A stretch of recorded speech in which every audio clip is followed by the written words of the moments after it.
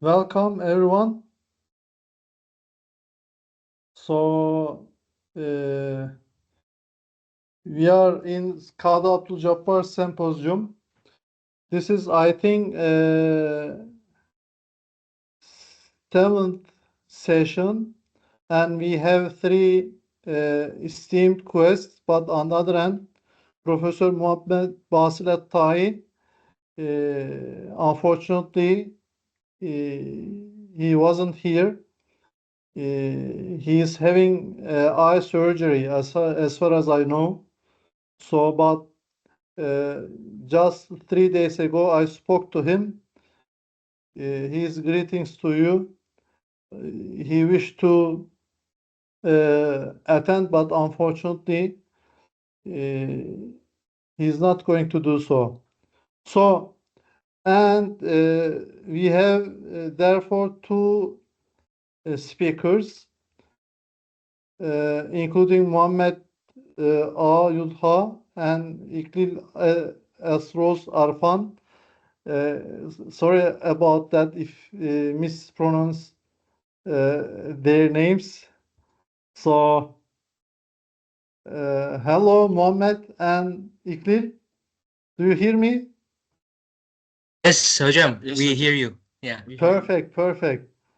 And their presentation is going to be about the authority of analogical reasoning from the seen and unseen. Kıyasul gayb ale şahit, in other words, for understanding the attributes of God according to Kâdî Abdülcebbâr. And then, inshallah, we are going to host Dr. Abdülbasit Zafer. But the first speaker is Muhammed A. Yusha and İklil Ashar Arfan. So, please, Muhammed and İklil. Thank you very much, hocam. First of all, can I share the presentation over here? Sure. Wait a moment, because it's my first time using this Microsoft Teams, so I'm not really Yeah, me familiar with too. this. I'm not familiar with this as well. Yeah. So let me find No my slide. problem. I think we have a friend. She's going to help us. Okay, I found it. Okay, can you see my screen right now? Sure. Okay, perfect. Bismillahirrahmanirrahim. Rabbi shrah li sadri wa yassir li amri wahlul 'uqdatam min lisani yafqahu qawli. So, hello everyone. Good evening. Mohammed, could you please introduce yourself and your friend at first? Maybe we have okay. some guests who don't know you. Okay, so let me introduce ourselves. First, me. My name is İklil Atros Arfan. I'm studying in Ibn Khaldun University, Perfect. MA degree. Yeah, and here is my friend Muhammad Agayuda. You can see him, right? Okay. Okay. He is studying in Istanbul's Habbatin Zaim University. Perfect. PhD. It means Yeah. both you are in Istanbul, right? Yeah, we are in Istanbul right now. Perfect. Both Perfect. of us also are from Indonesia, hocam. So Very nice. nice to see you, everyone. So there our short introduction. And here, I believe you can see our slide right here. So here we are going to talk about Qiyas Ghaib ala Shahid in the opinion of Kâdî Abdülcebbâr.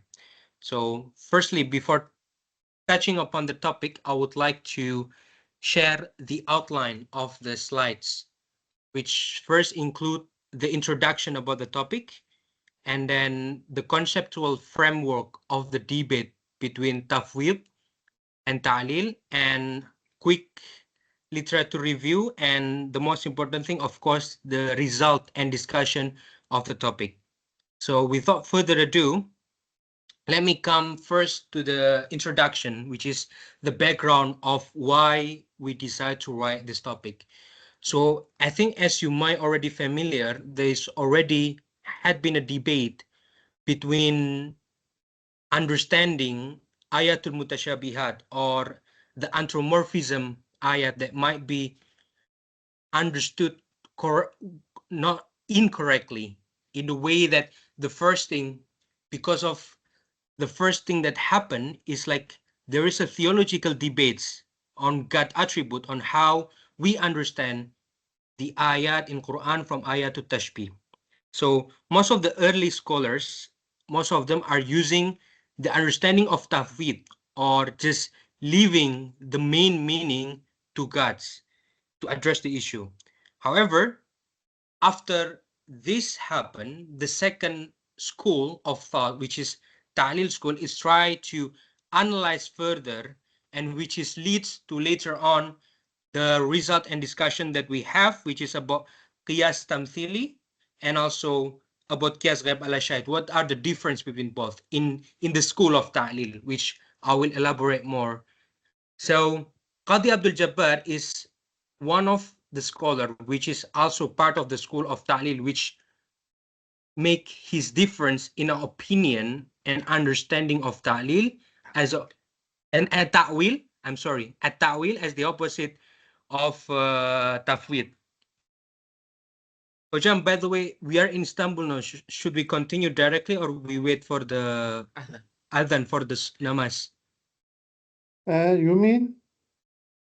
I mean, like, we are in Istanbul right now, so should we wait for pray, or how, or just No, continue? you can continue. You can continue. Don't worry.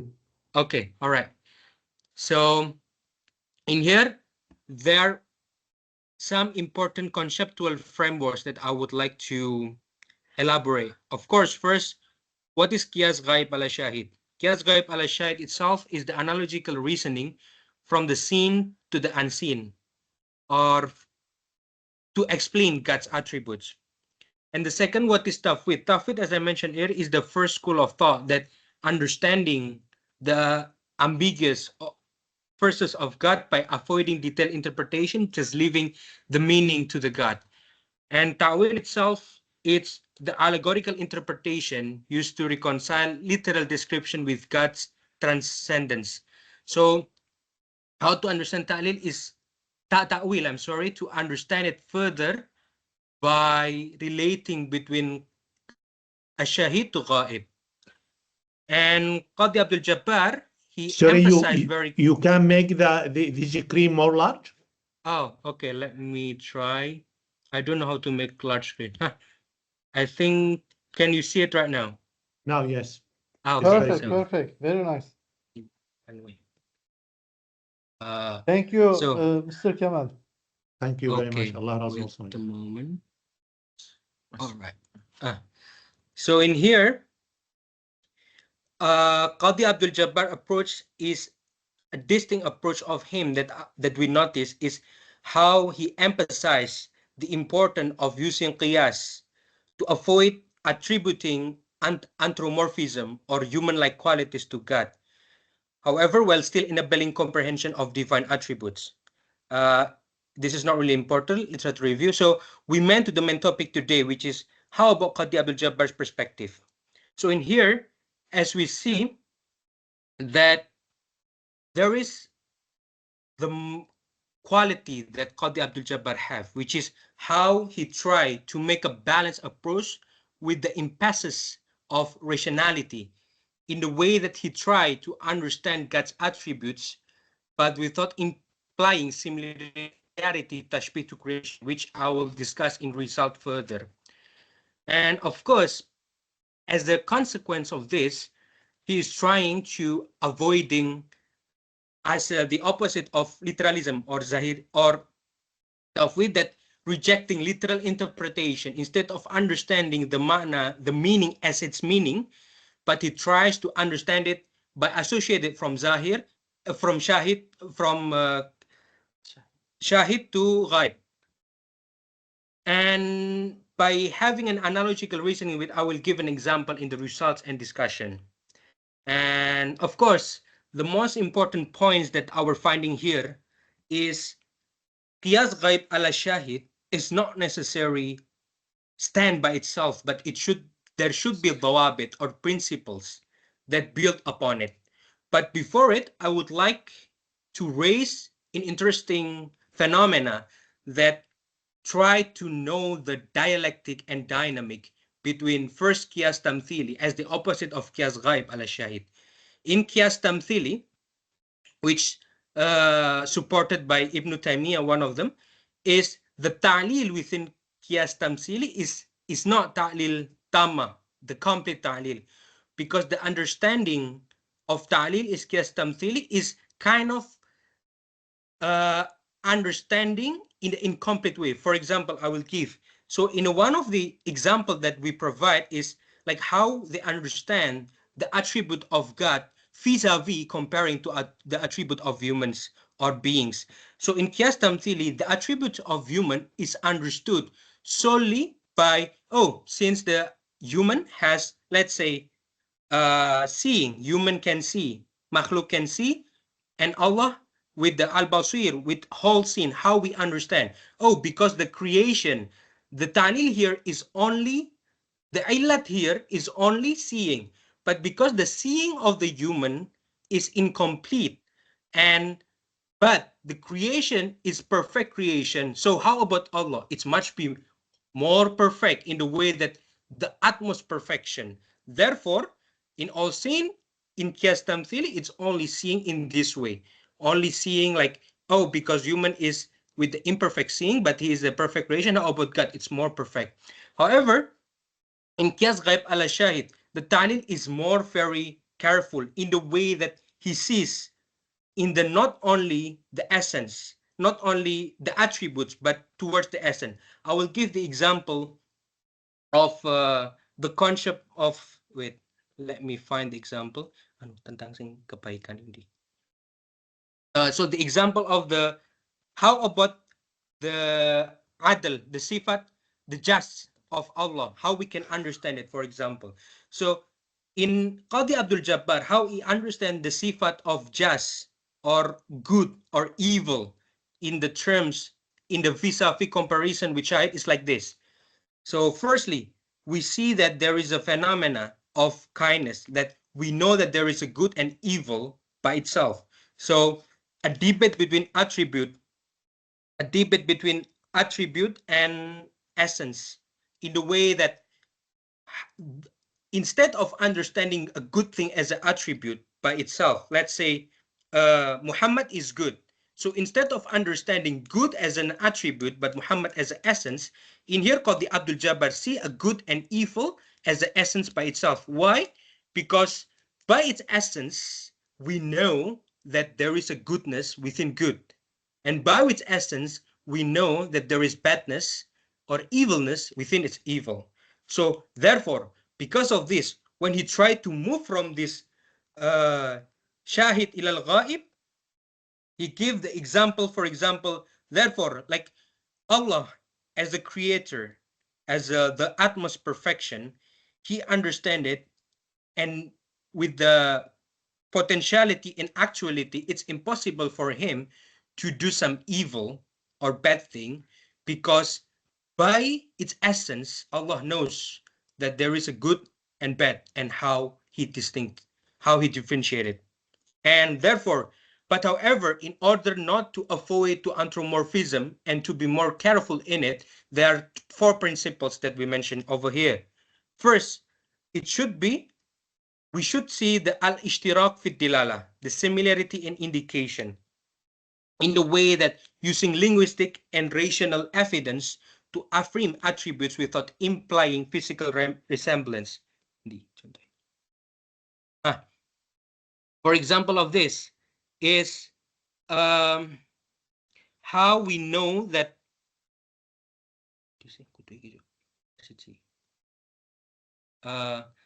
and the second thing is similarity in cause, al-ishtirak fillah, that I have given the example, identifying the common reasons to apply to both seen, creation, to unseen, which is God, while maintaining God's transcendence.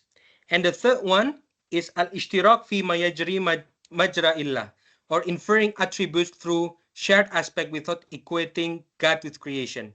And last one is, one of the most important thing is ablagh ma'a tanzih, or attributing superior qualities to God beyond human understanding while upholding divine transcendence. I think my friends want to add something. Okay.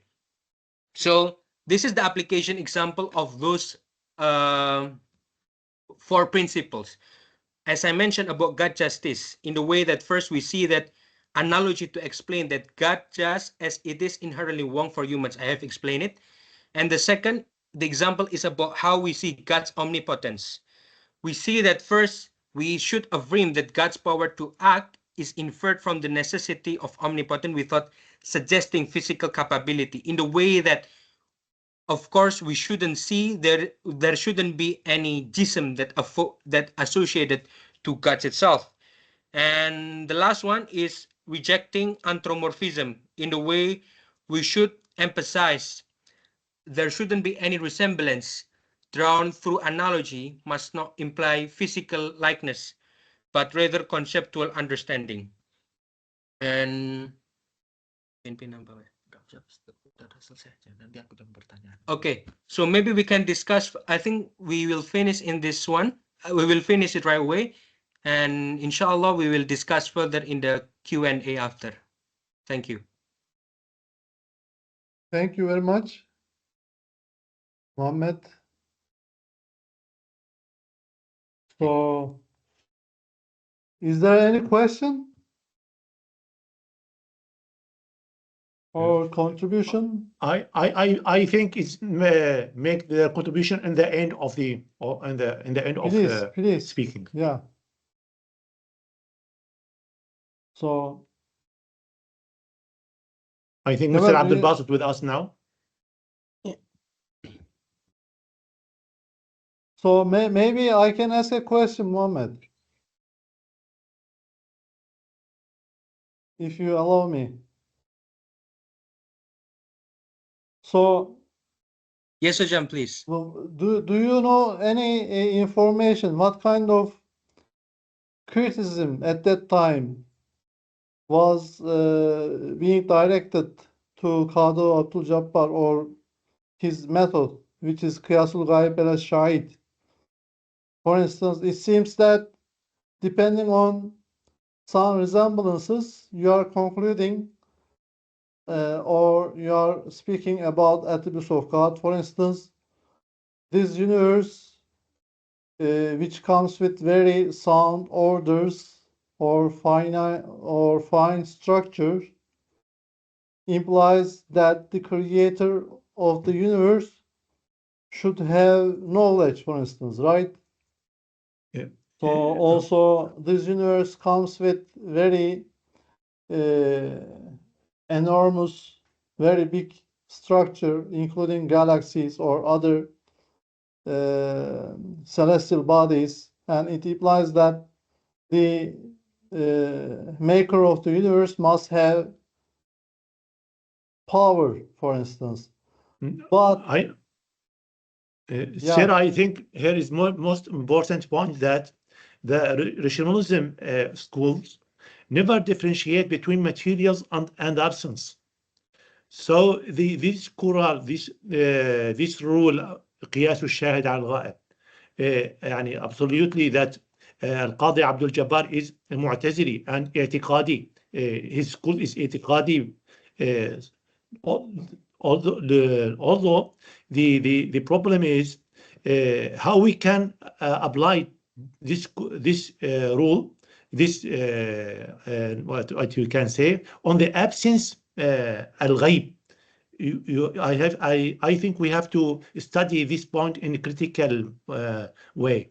If there any answer or critical answer for the Qadi Abdülcebbâr views in this point. okay. Jam, so maybe we will try to answer Kemal Hoja question first. Is that okay? Sure. Maybe Go my ahead. friend will answer it in detail, Hojam.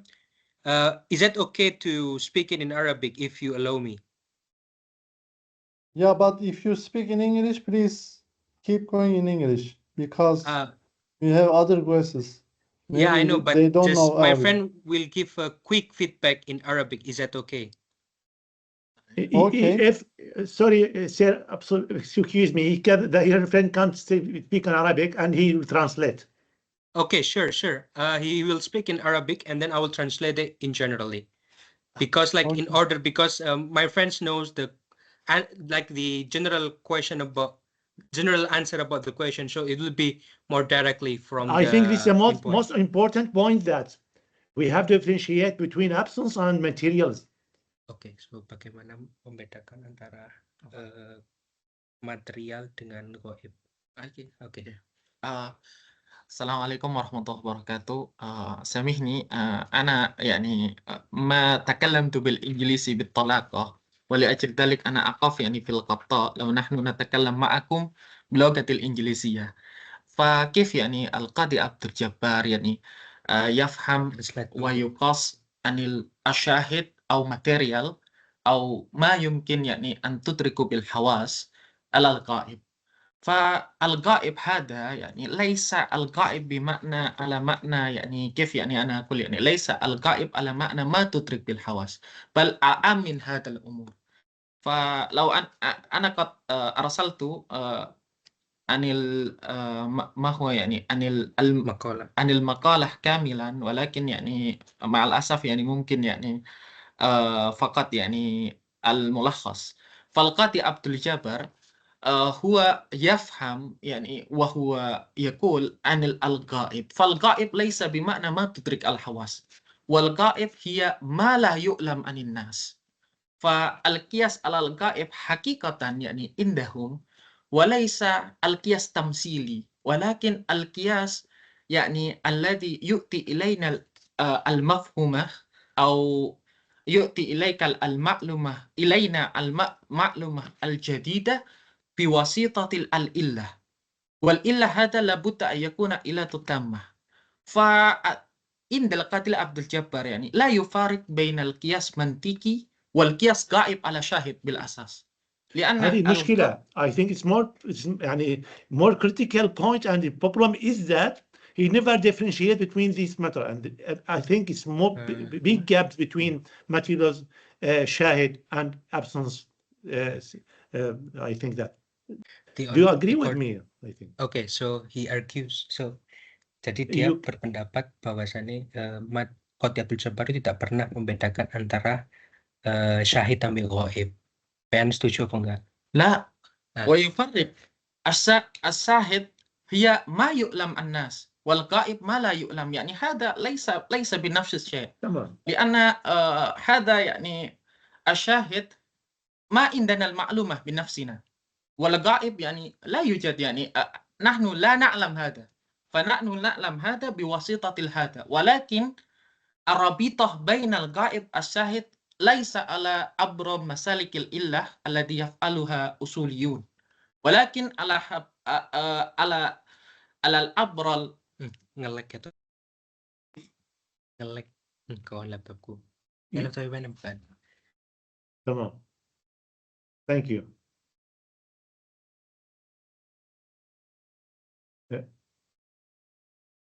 Okay.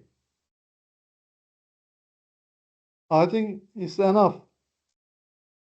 So right now we have another speaker who's Dr. Abdülbasit Zafer. He is going to talk about Kâdî Abdülcebbâr's theological anthropology, exploring attribute of life and the living.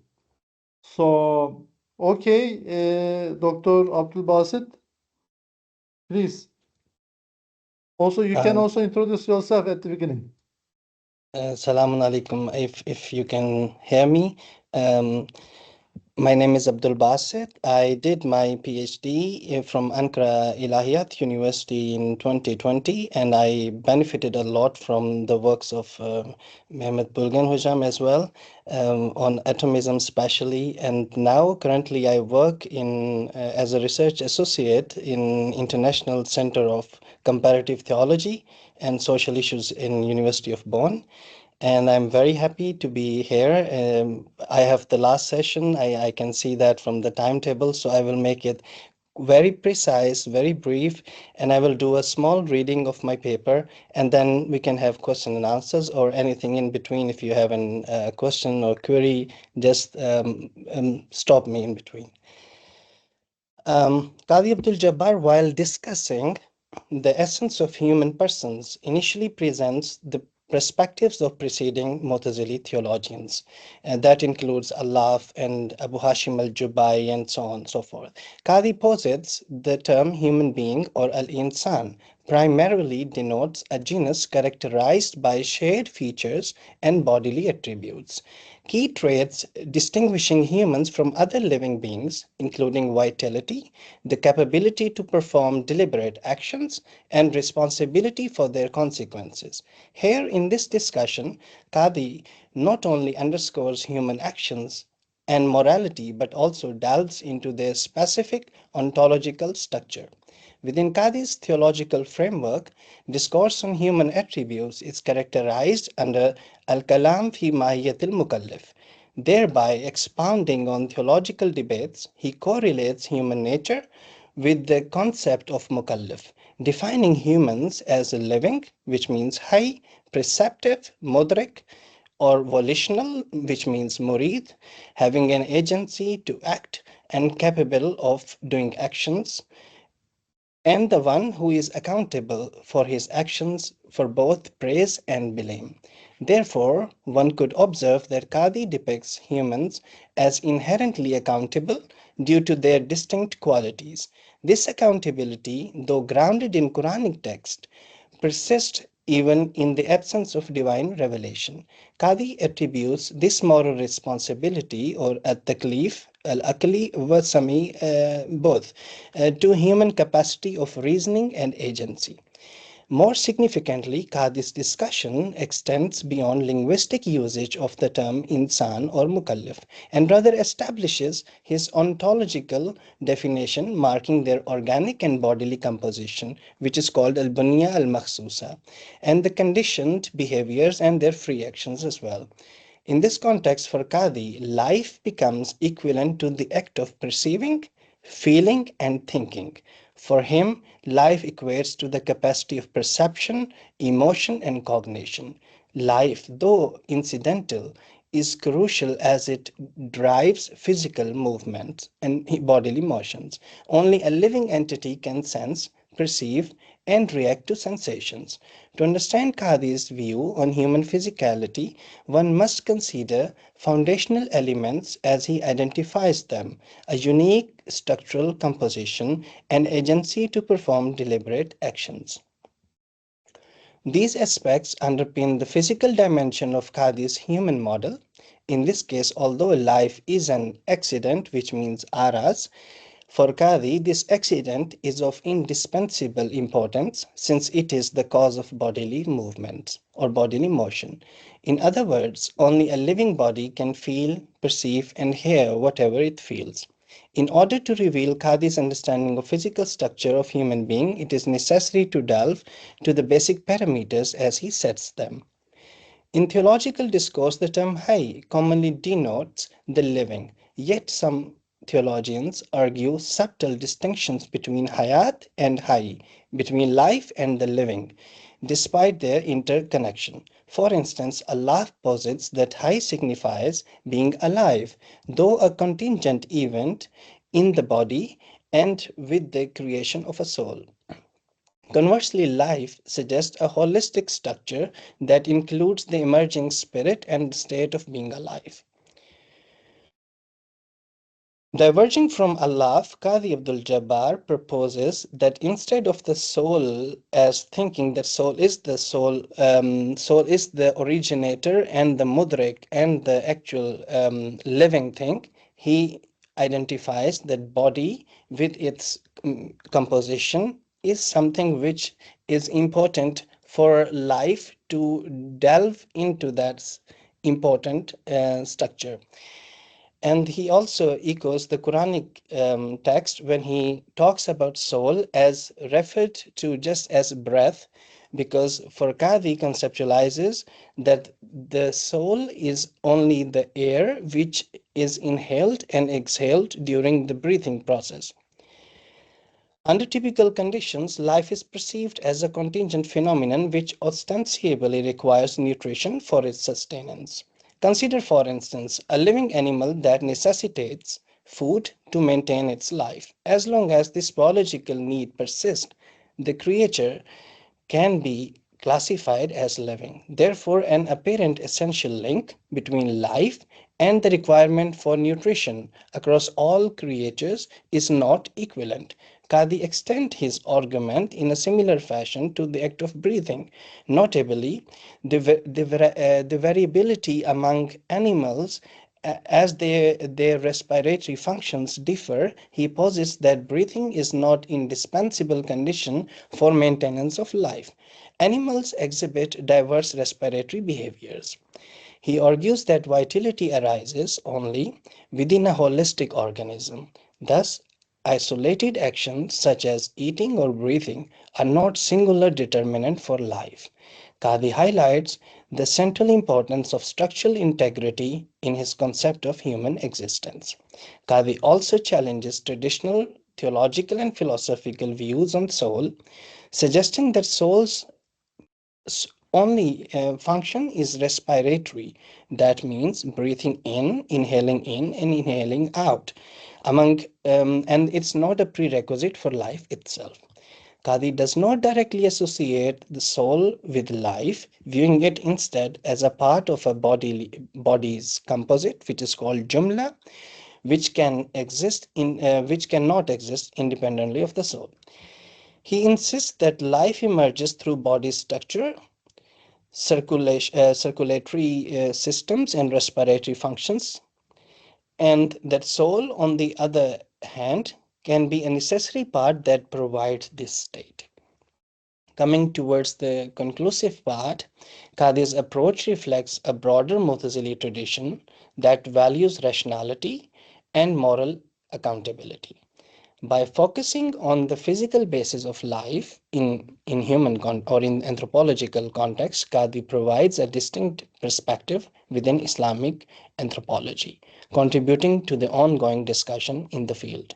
This concept has profound implications. It challenges us to think of humans as inherently responsible beings, endowed with reason and the power to shape their lives and decisions. It underscores that our actions, beliefs, and the very quality of being alive are interconnected, forming a unified whole. Mu'tazili discourse thereby calls us to examine human essence not as an abstract idea, but as something that grounds on everyday existence and our responsibilities in the world. This line of thought extends to the modern questions about identity, ethics, and the role of reason in human life. As I conclude this paper, I would like to invite us all to reflect on this powerful aspect of Mu'tazili thought, that humans as a rational, morally accountable being with an integrated essence.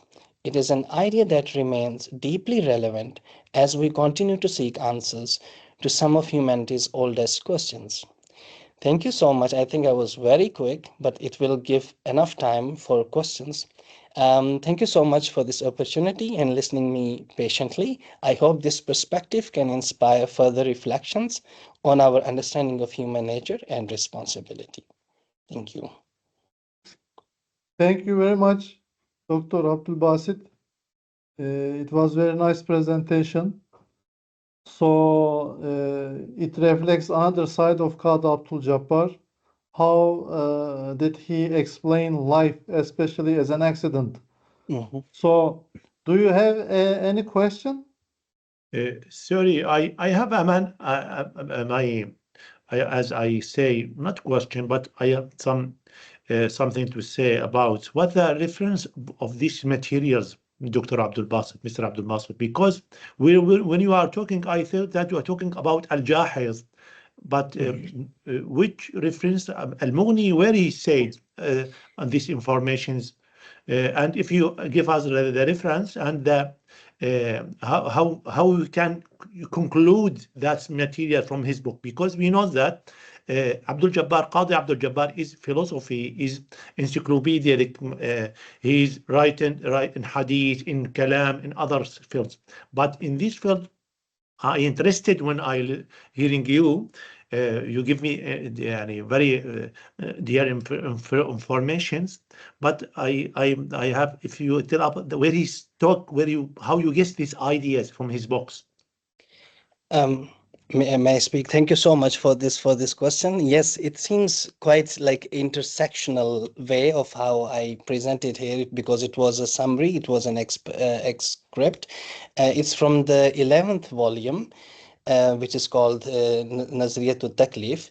There, yes, of Mughni, where he goes into the whole debate, like how Nizam, Hisham bin Hakam, Amr, and so on, the predecessors, how they looked at human essence. So they start, I do not know, with the how Zabina Schmidtke would call them the prototype Mu'tazili, like from the very beginning.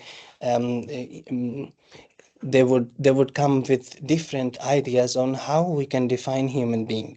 And we also have to keep in mind, when Kâdî tries to define humans, he also keep in mind the dialectics of the time, which include Gnostics, which include dualistic Sanawiya people who think that body is a cage and the soul is the light or the divine part, which is somehow is imprisoned in the body, and body has to just get eradicated, or you have to put suffering on the body so that the soul or the spirit can get elevated and get near to the divine essence in a way. So these are the things there, but also the idea which you said, that it seems more like Jahaz speaking from Kitab al-Haywan. And there is a nice article, I think it was published in 2018 or 19 from Yunus Jangez Hoja. And there he also discusses how Mu'tazili perspectives of physicalism is somehow on the same level where Jahaz proceeds later on. So yeah, it's very, very interesting. I'm interested in your showing in your paper. Really is a nice idea to talk about. And what the relation, we know that Abdülcebbâr, he's as Mu'tazili, he's i'tiqadi, materialism, but now new guidance, you are giving us new information about that point. But what the aims of Abdülcebbâr in this point here? What he need as a Mu'tazili to prove his i'tiqadi mazhab? It feels that he is quite defensive there, to keep his own Bashamiya lineage at one point, because Abu Ali and Abu Hashim, they both were like the biggest influences on his at least understanding of morality and responsibility. So when he denies soul as a independent ontological being than the body itself, he tries to narrow down all to the bodily and physical aspect of human being. Why? Because he is also a jurist. He is also a legalist. The problem is that if you say that, well, the soul is actually the agent and body is just moving as the soul wants it to move, in this case, you can always come up and say, well, I didn't commit the crime, my soul did it. But you cannot imprison or punish soul. You have to punish the body.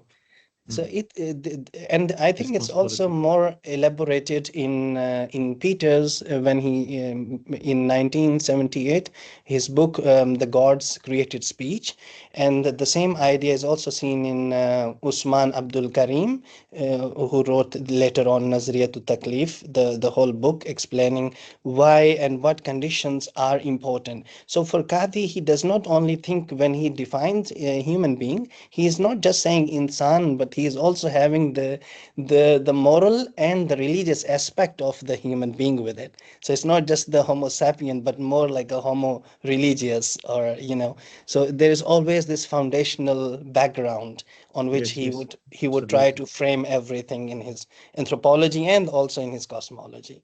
Yeah. Thank you. You are living now in Pakistan, Mr. Abdul Basit? Where?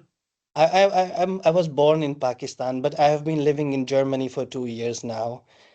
But I lived in Ankara for a decade, and I can speak the language, and I am highly respect my teachers, all of them, including my supervisors. We are happy that you are graduated from Ankara University. and we are happy to having you now as in behalf of our brothers in Karabuk University. We are so great of you to have you in our conference. Thank Pleasure you. is mine. Başkanım, Thank you. buyurun. Abdülbasit, can I ask a question as well? Yes, please. And you said that there is no place in Kâdî Abdülcebbâr system immaterial soul, for immaterial soul, right? Soul means ruh. Yes. I know that there were some mütekellimun, including Imam Eşari, for instance. Mhm. Also, as far as I know, Ibn Metteveh share same view.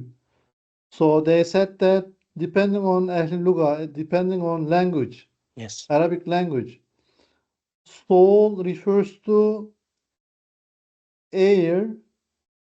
In other words, breathing. Yes. Breathing. If air moves fastly in outside, we call this wind, rih. Yes. If air goes into the lung of human being, and if human being give it out as a breathing, it's called soul. Mhm. So Logical soul is proposal. just the air, a kind of air. Very interesting. So, but what is the relation between soul and life? Mhm. How So, could we explain? For instance, when I remember that Imam Eşari said that according to custom, according to ade, human being has to eat, has to drink. Without drinking, it is not. It is very difficult to live. Without breathing, which is soul, it is difficult to live. So it means that it's very interesting. This is a And do you critical encounter problem, hocam. any argument in Kâdî Abdülcebbâr? so when you talked about Ibn Mattaway, that is also a very important point there, because I think the most important aspect which I try to highlight here in Kâdî and also in generally in Mu'tazilites is that they have a very empirical perspective to the whole situation, to the physical world, to the outer world, because this is how we discussed before in the previous session, that this is on which they would say that we establish the unseen on the outer world, on the seen, on the physical world. And coming back to the problem of soul, I think the hierarchy is different in Kâdî's anthropology.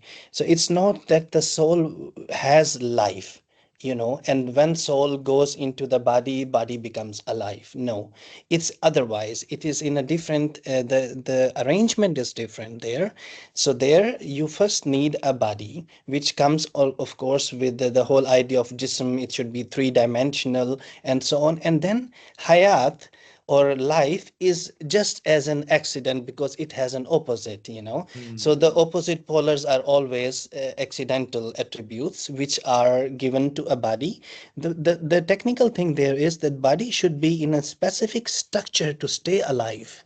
So Bünye, then, yeah, a kind bunya of al-makhsusa, or specific, certain, there should be like, it should not be an inanimate object, and on which now we want that object to stay alive, because it should, to have the complex attribute such as of life, the body should also be complex enough But here, to sustain that.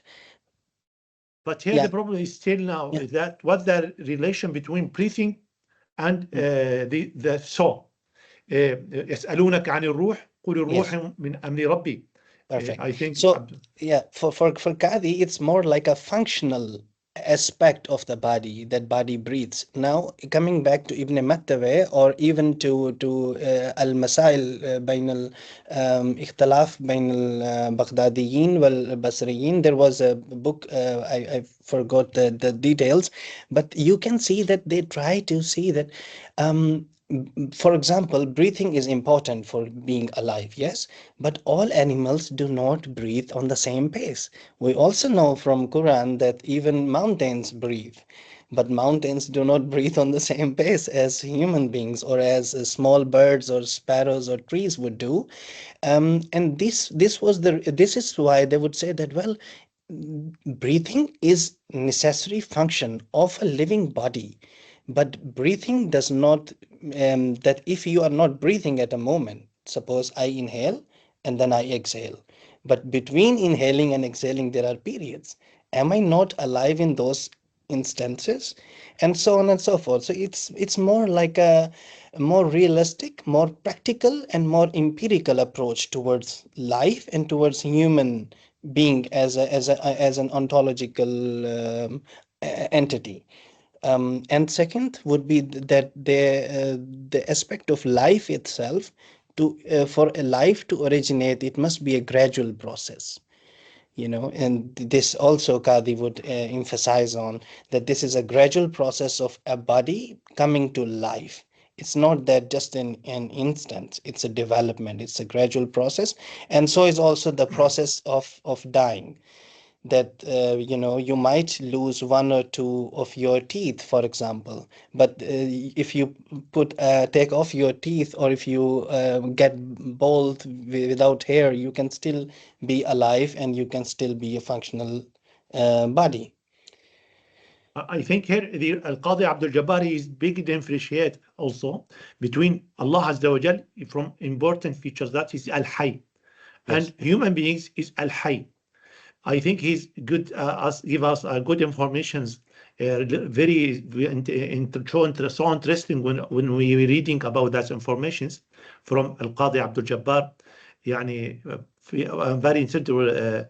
So I think, but we have to stop here because sir, time of prayer, because we didn't pray till now, and Okay. short time still. Okay, thank you very much, all, including Muhammed A and Muhammed Yudha. So, Kemal Hocam, thank you for Thank your you, Hocam. contribution We are and waiting here in questions. Karabük University, Hocam. Inshallah. We are very happy to meet you here, and Mr. Abdul Basit. On behalf Thank you so much. of our Yeah, leagues, exactly. of our friends, we are so welcome to you anytime, Hocam.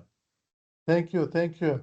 Okay, Thank you very much. Thank you so all much. of you, see you inshallah in next session. Inshallah. Have a great night and times inshallah. Thank you so Salam much. alaikum. Thank you so Thank much. you. Wa alaikum assalam. Assalam. Fi amanillah.